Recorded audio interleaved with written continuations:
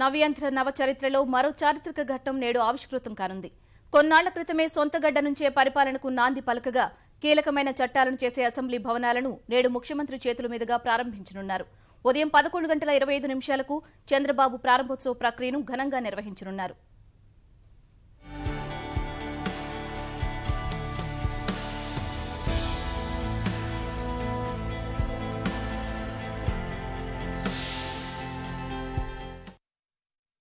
పచ్చదనం అద్దుకున్న సచివాలయం ప్రాంగణంలో తళతళలాడే రంగులతో మిలమిలా మెరుస్తున్న అద్దాలతో కూడిన అద్భుత అసెంబ్లీ భవనం సర్వహంగులతో సిద్ధమైంది. మరికొద్ది గంటల్లో ముఖ్యమంత్రి చేతుల మీదుగా లాంఛనంగా ప్రారంభం కాబోతోంది.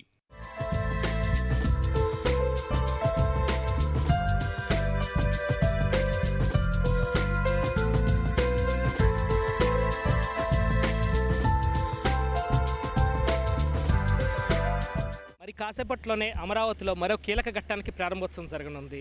ఏదైతే 5 భవనాలుగా సచివాలయ పాలన ఇప్పటికే కొనసాగుతుండగా తాజాగా వెలగపూడి ప్రాంగణంలోనే 6వ భవనంగా అసెంబ్లీ భవనంని ముఖ్యమంత్రి చంద్రబాబు మరికొద్ది గంటల్లో ప్రారంభోత్సవం చేయనున్నారు. ఇప్పటికే దీనికి సంబంధించిన ఏర్పాట్లు అవి కూడా చేయడం జరిగింది. ఇకపై సచివాలయంలో తాజా నిబంధనలు కూడా అమలు కానున్నాయి. ఇంతకుముందు గేట్ 1, గేట్ 2 మార్గాలు రెండింటి ద్వారా ఎవరైనా సరే వెళ్లే అవకాశం ఉంది. కానీ ఇప్పుడు కనుక మనం చూస్తే కేవలం గేట్ 1 అసెంబ్లీ ప్రారంభోత్సవాన్ని దృష్టిలో పెట్టుకుని కేవలం గేట్ 1 శాసన మండలి చైర్మన్ అలాగే శాసనసభాపతి అలాగే ముఖ్యమంత్రికి మాత్రమే గేట్ 1 ప్రయాణించడానికి అవకాశం కల్పించారు. మిగిలిన వారు ఎవరైనా సరే ఎడం పక్క ఉండే మరో గేట్ ద్వారా వెళ్ళటం, ఇతరులు సచివాలయానికి వచ్చేవారు మాత్రం గేట్ 2 మార్గం ద్వారానే సచివాలయానికి వెళ్లేలా ఏర్పాట్లు చేయడం జరిగింది. అలాగే అమరావతిలో జరిగిన ప్రతి ప్రారంభోత్సవానికి రైతుల్ని భాగస్వామ్యం చేస్తున్న ప్రభుత్వం తాజా అసెంబ్లీ ప్రారంభోత్సవంలో కూడా రైతులను భాగస్వామ్యం చేసి రైతులను కూడా ఆహ్వానించడం జరిగింది. సచివాలయంలో మరే భవనానికి లేనన్ని ప్రత్యేకతలు అసెంబ్లీ భవనానికి ఏర్పాటు చేశారు. చుట్టూ ప్రహరీ నిర్మాణంతో పాటు అత్యంత కట్టుదిట్టమైన భద్రతా ఏర్పాట్లు చేశారు. ప్రారంభోత్సవం సందర్భంగా విద్యుత్ దీపాలంకరణలో అసెంబ్లీ భవనం ధగధగా మెరిసిపోతోంది.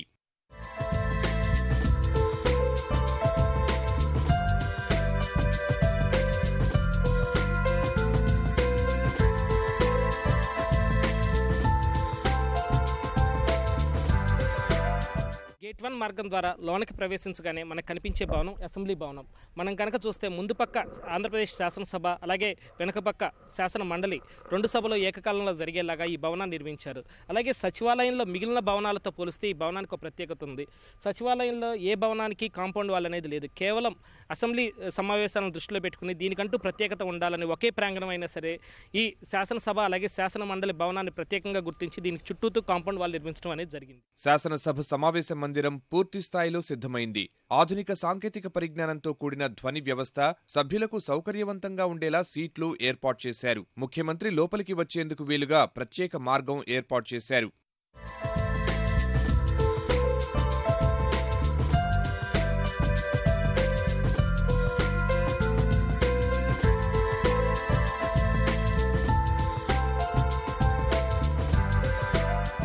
అసెంబ్లీ భవనం ప్రారంభోత్సవం తర్వాత కీలకంగా చెప్పుకోవాల్సింది సమావేశ మందిరం. ఈ మందిరంలోనే శాసనసభ అనేది నిర్వహించడం జరుగుతుంది. దీనికి తగ్గట్లుగా అన్ని ఏర్పాట్లు కూడా పూర్తి చేయడం జరిగింది. దీని ప్రారంభోత్సవం కూడా మరి కాసేపట్లోనే లాంఛనంగా జరగనుంది. ఇక అది సీటింగ్ వ్యవస్థ అది చూస్తే కనుక ఇప్పటికే దీనికి సంబంధించి అన్ని ఏర్పాట్లు కూడా పూర్తి చేయడం జరిగింది. లీడర్ ఆఫ్ ది హౌస్గా ముఖ్యమంత్రి ఈ స్థానంలోనే కూర్చుని సభలో పాల్గొనడం జరుగుతుంది. ముఖ్యమంత్రికి అందుబాటులో ఉండేందుకు విప్పులకు చీఫ్ విప్పులకు కూడా ఇక్కడ ఏర్పాట్లు అవి చేయడం జరిగింది. అలాగే ముఖ్యమంత్రి ఏ సమాచారం కోరినా అందుకేందుకు కూడా అధికారులకు ఇక్కడ ఏర్పాట్లు చేశారు. అలాగే మనకు కనిపిస్తున్న ద్వారం నుంచి ముఖ్యమంత్రి నేరుగా సభలోకి హాజరయ్యేందుకు ఏర్పాట్లు అవి చేయడం జరిగింది. గత అసెంబ్లీ భవనం కన్నా భిన్నంగా అమరావతిలో అసెంబ్లీ భవనాన్ని నిర్మించారు. సభాపతి, ముఖ్యమంత్రి కోసం ప్రత్యేకంగా సమావేశ మందిరాలు ఏర్పాటు చేశారు. ముఖ్యంగా సీఎం ఛాంబర్లో అత్యాధునిక సౌకర్యాలు కల్పించారు.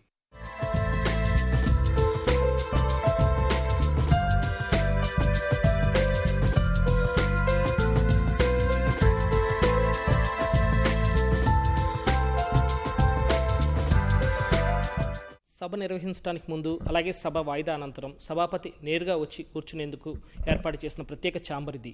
ఈ ఛాంబర్లోనే ఆయన ఉండటం జరుగుతుంది. ఇందుకు అనుగుణంగా దీన్ని సిద్ధం చేయడం కూడా జరిగింది.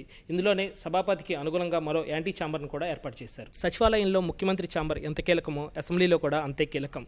సభ జరుగుతున్నప్పుడు కానీ లేదా సభ వాయిదా పడినప్పుడు కానీ అధికారులతో సమీక్ష నిర్వహించాలన్నా లేకపోతే సభలో జరుగుతున్న పరిణామాలకు అనుగుణంగా ఆయన ఎమ్మెల్యేలతో సమావేశం నిర్వహించాలన్నా ఈ ఛాంబరే ఎంతో కీలకంగా మారనుంది. దీన్ని కూడా కూడా అత్యాధునిక సాంకేతిక పరిజ్ఞానంతో నిర్మించడం జరిగింది. ఏదైతే ఎవరైనా లోపల ఉంటే మాత్రమే ఇక్కడ లైట్లు అనేది వాటంతటికి అవే వెలుగుతాయి. అలాగే ఎవరో లేనప్పుడు లైట్లు వాటంతటికి అవే ఆరిపోతాయి. అది ఎలాగో మనము చూద్దాం రండి.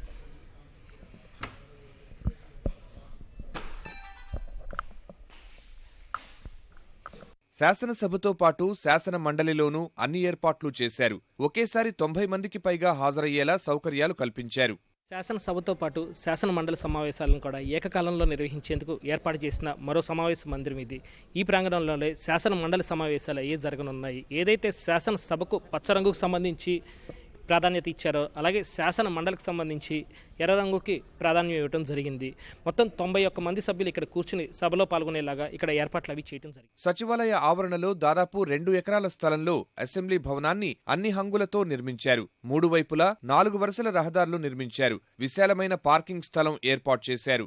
శాసనసభ మండలి సమావేశ మందిరాలను వేరు చేస్తూ కారిడార్ నిర్మించారు.